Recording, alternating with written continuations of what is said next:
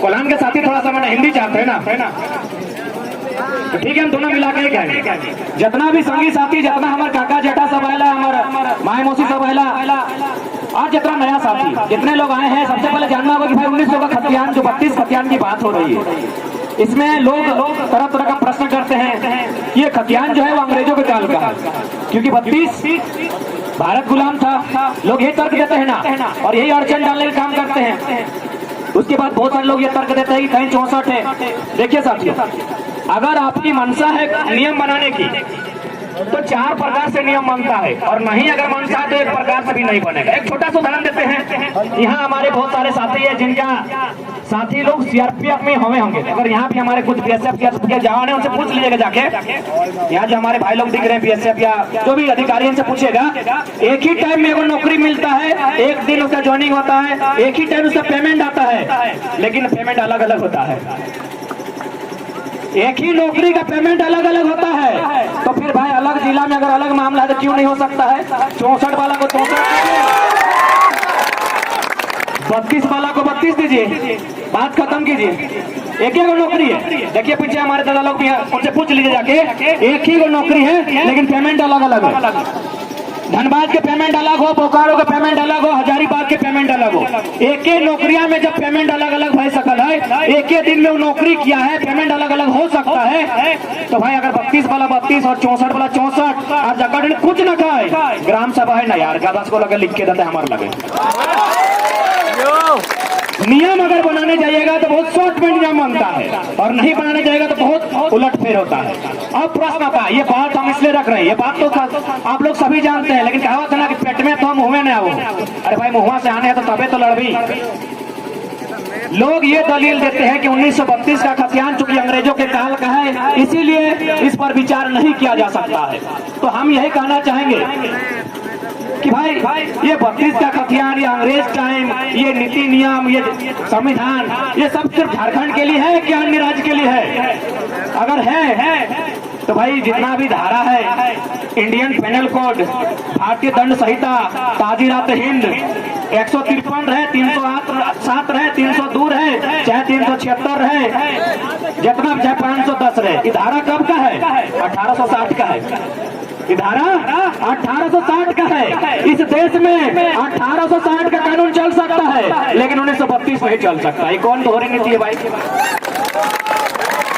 इस देश में 1860 का कानून चलेगा। आईपीसी की धारा चलता है यहाँ, आईपीसी की तमाम धाराएं 1860 कानून की है, वो चलेंगी, लेकिन 32 नहीं चलेगा। क्या है भाई? अरे उतना तो छोड़िए, जो वकील लोग काला कोट पहना है ना, अरे सरवा ये अंग्रेज का देन है। आप काला कोट उतार नहीं पाए, ये लोग हमको नियम कानून सिखाने चला है। आप अपना काला कोट पहले उतारिए, ये अंग्रेजों का कोट है। आप हिंदुस्तानी कोट चढ़ाइए, तब आप बताइएगा कि हिंदुस्तान क्या है। अंग्रेजों का काला कोट उखाड़ने का कैपेसिटी नहीं है, और ये लोग बात करते हैं 1932 सही नहीं है। यानी साफ शब्दों में कहा जाए, हालांकि यहाँ बहुत सारे अनुभवी लोग हैं, हमारी महिलाएं भी हैं, लेकिन भाई ये शब्द ना चाहते भी हमको कहना पड़ रहा है कि आप करें तो रास लीला, हम करें तो ट्रैक्टर ढीला। सर्वा बिहार में चलते 1932 के खतियान, झारखंड में नहीं चलते। यहाँ मोटा मोटी तो नया लड़का सब बैठा है, लेकिन बहुत सारा हमारा काका जेठा मौसा फूफा सब भी आयल है। और अखनी आप लोग थोड़ा बताइएगा कि यदि भाई भाई में जमीन का बंटवारा होता है तो क्या बदलता है? रकबा बदलता है ना। रकबा यानी जमीन का डिसमिल चाहे एकड़, रकबा ही बदलता है ना। जितने हमारे अगर युवा लोग जानते हैं तो अच्छा बात है, और नहीं तो जितने यहाँ पुराने लोग हैं जो जमीन का नियम जानते हैं वे लोग बताएंगे। यदि जमीन का बंटवारा होता है भाई भाई में तो क्या बदलता है? रकबा। बड़ा भाई को 4 डिसमिल तो छोटा भाई को 4 डिसमिल। प्लॉट नंबर बदलता है क्या? प्लॉट नंबर बदलता है क्या? अरे सरवा तो 1932 का बिहार के तो झारखंड के कहे ना रे, एक प्लॉट वाला लगे ना, प्लॉट वही है ना भैया, प्लॉट वही है, प्लॉट नहीं बदलता है। डिसमिल बदलता है, एकड़ बदलता है, बंटवारा बदलता है कि आपको पूरब में मिला, आपको पश्चिम में मिला। ये प्लॉट नंबर खाता नंबर नहीं बदलता। तो जब बिहार के पास 1932 है तो हमको कहे नहीं। उतना नहीं, 2-4 को गोड्डा का पेपर भी राजस्थान चले गए अपन टाइम देखे तो वहाँ स्पष्ट लिखा है गोड्डा का जो जाति आवासीय है कि आपका ये जाति आवासीय 1932 के खतियान के आधार पर तय किया गया। यानी जब हम बिहार में थे तब 1932 चलता था। देखिए भाई, हम यहाँ से स्वीकार करते हैं क्या हम लोग बंगाल में भी थे, हम लोग बिहार में भी थे, लेकिन जब बंगाल में थे बंगाली नहीं थे और बिहार में तो उसमें बिहारी नहीं थे, ये मत सोचिएगा। हमारा कल्चर सदियों से अलग है। हाँ, हम ये स्वीकार करते हैं कि भारतीय संवैधानिक अनुसार से कानून की दृष्टि से हम बिहार का हिस्सा रहे हैं, अंग्रेजों के समय हम बंगाल का हिस्सा रहे हैं, लेकिन हमारी पहचान सदियों से अलग रही है। हमारी पहचान, हमारे तौर तरीके ये सदियों से अलग रहे हैं, इस बात को जानना होगा। तो जब हम बिहार में थे, जब झारखंड राज्य बिहार का हिस्सा था, उस समय 1932 मान्य था, उस समय 1932 मान्य था। लेकिन जब झारखंड अलग होता है तो 1932 अड़चन आने लगती। क्यों भाई? उसके बाद जो नियम बना है शायद 1982 का है ना, जो नोटिफिकेशन जारी हुआ था 1982 में 85। अब एक बात बताओ, अब लोग कह रहे कि नहीं 1985 में जो लोग नहीं आए और झारखंडी मान ले, उनको झारखंडी गिना जाए। मैंने हमको समझ में नहीं आता है कि यहाँ जो वकील की टीम थी, यहाँ जो बुद्धिजीवी वर्ग थे, उन्होंने इस सरकार पे सवाल क्यों नहीं किया? क्योंकि आपने क्या कहा कि जो लोग 1930 से यहाँ रह रहे हैं, इसका मतलब कहीं और भी रह रहे हैं। उसी में लॉजिक है कि जो लोग 1930 से यहाँ रह रहे हैं उनको झारखंड का डोमिसाइल क्लियर किया जाए, इसका मतलब है कहीं और भी रहे। तो 2 राज्य में डोमिसाइल कैसे थी? 2 राज्य में डोमिसाइल कैसे? सरकार कटघरे में होनी चाहिए थी।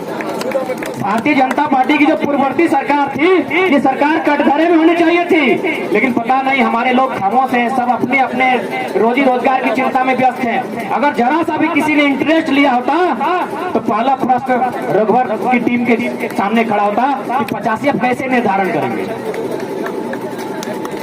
85 अब कैसे निर्धारण करेंगे? क्योंकि आप खुद कह रहे जो लोग 30 वर्षों से, आप ये नहीं कह रहे कि जो 30 वर्षों से यहीं के हो गए हैं, जिनका उसके राज्य से वास्ता नहीं है। ये कहाँ लिखा है? आप दिखाइए तो। आपने जो डोमिसाइल क्लियर किया है 1985 को लेकर, उसमें कहीं लिखा है कि जो लोग 1985 से यहीं के होकर रह गए हैं, एक लाइन लिखा है कि जिनका यहाँ के बाद कहीं और वास्ता नहीं रहा, उनको। ऐसा लिखा है? कहीं नहीं लिखा है। इसका मतलब पहला संवैधानिक उलटफेर, उल्लंघन तो सरकार ने किया है, क्योंकि संवैधानिक दृष्टि से एक व्यक्ति एक ही राज्य में डोमिसाइल रख सकता है। तो ठीक है, 1985 नहीं 2000 को माना जाना, लेकिन अब खतियान को लेके आइए और उस खतियान में यह भी लिखना होगा कि उसका संबंध पूर्वजों से हो। लेकिन ये देखिए, एक बात हमेशा याद रखें, नया खतियान बनना यानी कहीं ना कहीं जो आपका पूर्वजों का खतियान है उसके नाम से अगर आपके सामने हस्तांतरण होता है तो कहीं ना कहीं पुरानी चीजें भी छूट जाती है। तो इसलिए ये 85, 86, 88, 82 कुछ नहीं होगा। 1860 का कानून चल रहा है, 1935 का बनाया संविधान चल रहा है, 1932 भी चलना चाहिए।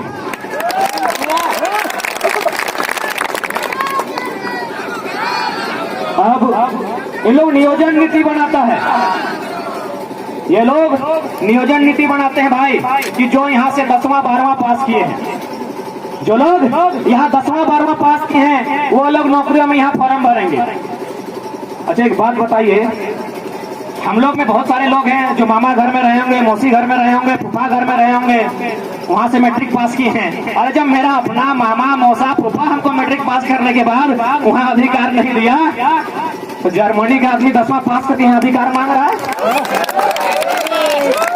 मैंने कितना बेशर्म का नियम और कितना बेशर्म की सरकार है जिनको समझ में नहीं आता कि नीति क्या होता है। 10th 12th, अरे 10वां क्लास तो कोई 2023 में ही पास करेगा क्या? वो झारखंडी?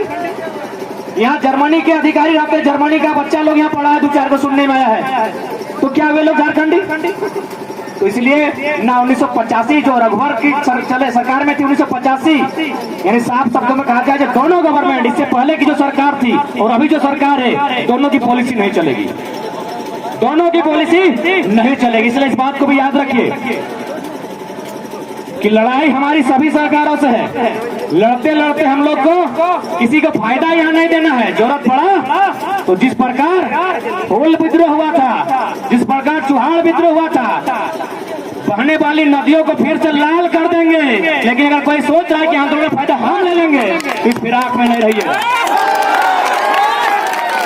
जो लोग फायदा लेने की सोच रहे हैं ना, और जो लोग ऐसा सोच रहे हैं, पहले तो घसीट के दौड़ा के वही लोग का हिसाब होगा।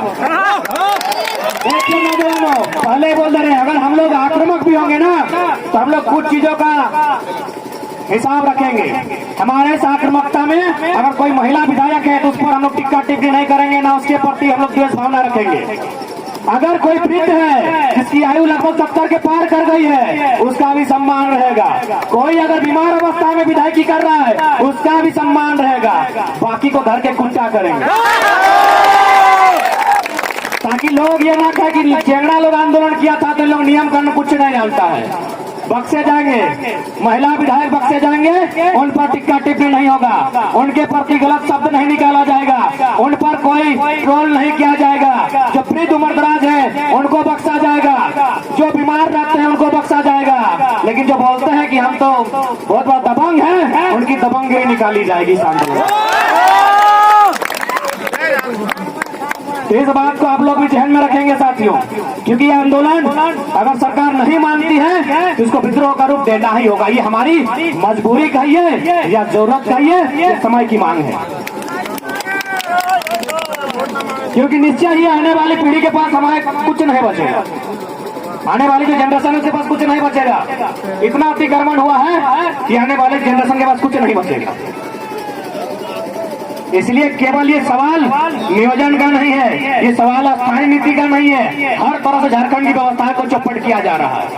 यहाँ की संस्कृति, यहाँ की भाषा, यहाँ की परंपरा, हर तरह से झारखंड की व्यवस्था को लचर बनाने का काम किया जा रहा है। उदाहरण देखिए,